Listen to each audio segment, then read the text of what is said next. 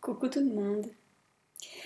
Je reviens avec un deuxième extrait de mon livre Choisir la vie aujourd'hui. Et je vous remercie déjà de l'accueil que vous avez fait à ma dernière vidéo la semaine dernière. Le premier extrait de mon livre que j'ai voulu vous partager, j'ai eu beaucoup de retours de personnes qui m'ont contacté pour me remercier d'avoir lu cet extrait. Voilà, ça m'a vraiment fait plaisir tous ces retours que j'ai eus. Et donc ça me donne encore plus envie de vous lire d'autres extraits de ce livre.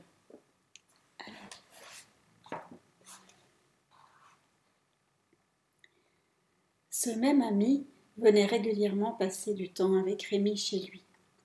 Et il m'apportait toujours des fleurs de son jardin. Cet homme, à l'âge du père de Rémi. Rémi avait des amis de tout âge. On aimait tous être avec lui. D'un sourire, il balayait nos préoccupations.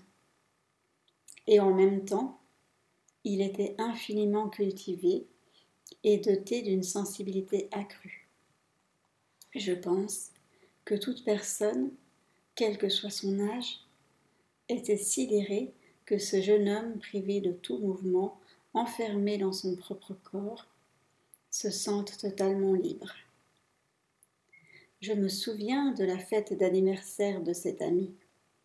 Il l'avait célébrée durant un bel après-midi au grand air. Il y avait beaucoup de monde, d'âge et d'horizons différents. Au moment du dessert, un magnifique gâteau aux céréales et aux fruits nous a été servi. Lorsqu'on nous a apporté de belles tranches, Rémi a refusé gentiment. Il n'aimait pas les fruits. Et de toute manière, il n'avait pas l'estomac pour manger toute une part. Son ami l'a regardé tout étonné et lui a répondu de son accent italien chantant. « Quoi ? Tu n'aimes pas les fruits ? Mais pour moi, ton ami, tu en mangeras tout de même, n'est-ce pas ?» Ne voulant pas l'attrister, il lui promit de manger quelques bouchées de la part du gâteau.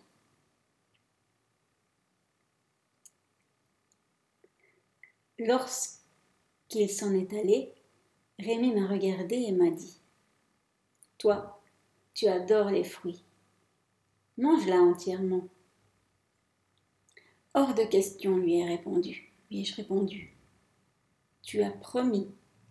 Tu vas en manger un peu. » Au bout de 2 ou 3 bouchées, j'ai cédé à ses yeux de Calimero.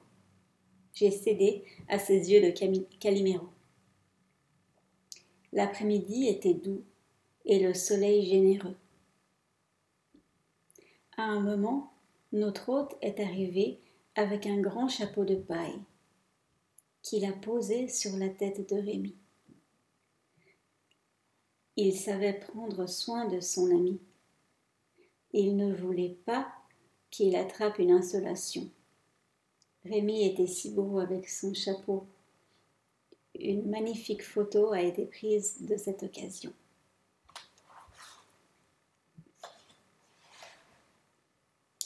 Voilà, un deuxième extrait de notre vie ensemble, un très magnifique souvenir que je garde très précieusement.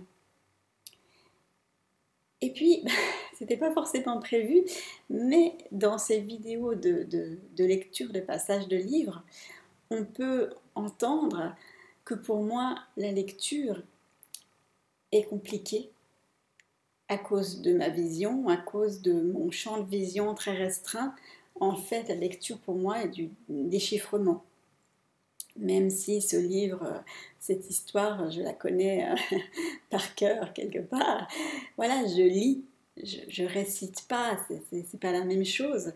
Donc, en lisant, comme je vois pas tout en entier, eh bien, la lecture est compliquée. Mais j'espère que malgré tout, vous l'aurez entendu, comprise, et puis qu'elle vous aura touché, c'est ça l'important, qu'elle vous aura touché cet autre petit souvenir de notre vie.